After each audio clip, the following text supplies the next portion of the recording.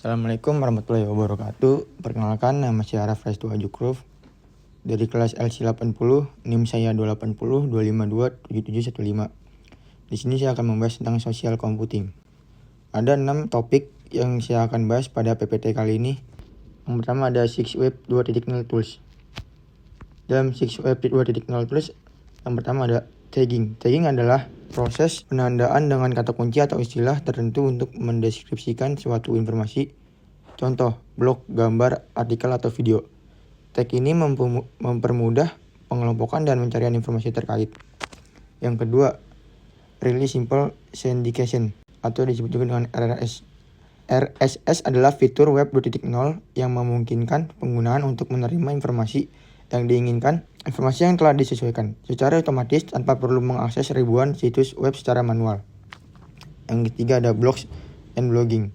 Blog adalah situs web pribadi yang terbuka untuk publik di mana pencipta situs dapat mengekspresikan perasaan, pendapat, atau pandangan mereka.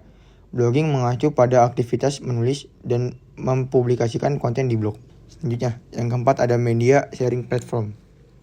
Tools seperti YouTube memungkinkan pengguna mengunggah, berbagi, dan mengomentari video dan gambar, mendorong komunikasi visual dan interaktif. Yang kelima ada Wikis. Wikis adalah situs web yang memungkinkan pengguna untuk berkolaborasi dalam membuat, mengedit, dan berbagi informasi secara kolektif. Contoh paling terkenal adalah Wikipedia. Dan selanjutnya yang terakhir, Collaborative Productivity Tools. Platform seperti Google Workspace, Docs, Sheets, dan Slide memungkinkan banyak pengguna untuk mengerjakan dokumen, spreadsheet, atau presentasi yang sama secara real time. Selanjutnya, ada 2 major tipe. Yang pertama, social media sheet. Situs media sosial memungkinkan pengguna untuk membuat, berbagi, dan berinteraksi dengan berbagai jenis konten seperti teks, gambar, video, dan suara. Situs ini dirancang untuk mendukung komunikasi, kolaborasi, dan keterlibatan antar pengguna. Contoh, Facebook, Twitter, Instagram, dan LinkedIn. Yang kedua, ada kolaboratif platform. Platform kolaboratif adalah situs yang memungkinkan banyak pengguna bekerja bersama untuk menciptakan, menyunting, dan mengelola konten. Fokus utama dari situs ini adalah kolaborasi dan berbagi informasi secara kolektif. Contoh, Wikipedia, Google Docs, dan Trello. Benefit and risks of social commerce to companies. Benefit of commerce. Yang pertama, ada jangkauan luas. Media sosial membantu perusahaan menjangkau pelanggan di seluruh dunia dengan cepat. Yang kedua, keterlibatan pelanggan. Interaksi melalui komentar, ulasan, atau pesan pribadi meningkatkan hubungan dengan pelanggan. Yang ketiga, data pelanggan. Analitik media sosial memberikan wawasan untuk strategi pemasaran yang lebih baik. Yang keempat, peningkatan penjualan secara cepat. Fitur seperti shoppable post mempermudah pelanggan membeli langsung dari platform.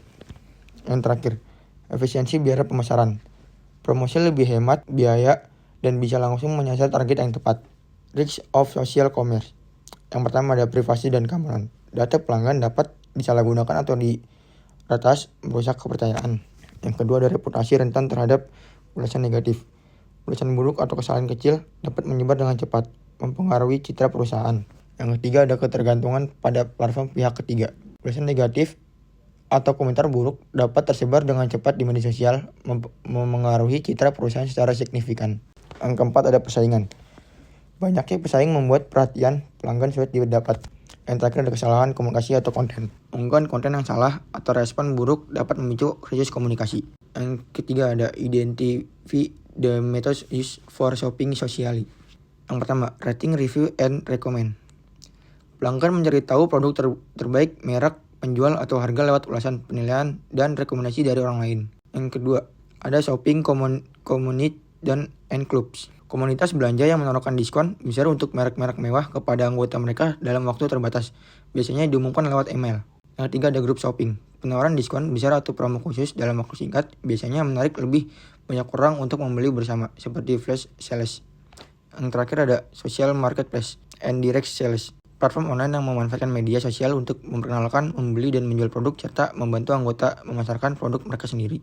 Innovative ways to use social networking sites for advertising. Ada pemasaran dengan influencer. Kerjasama dengan influencer memungkinkan mereka menjangkau audiens yang lebih tepat sasaran dan memperkenalkan produk dengan cara yang lebih alami dan otentik.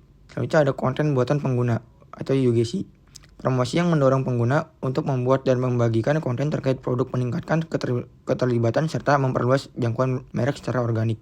Selanjutnya ada iklan interaktif. Pengguna fitur seperti polling, quiz, atau filter AR dalam iklan membuat pengguna lebih terlibat dan dapat memberikan pengalaman yang menyenangkan serta meningkatkan respon terhadap promosi. Selanjutnya ada innovative ways to use social networking sites for market research. Analisis sentimen. Menggunakan alat analis sentimen untuk mengetahui bagaimana perasaan konsumen terhadap produk atau merek, apakah positif, negatif, atau netral, yang membantu perusahaan memahami persepsi pasar. Selanjutnya ada pemantauan sosial atau social listening.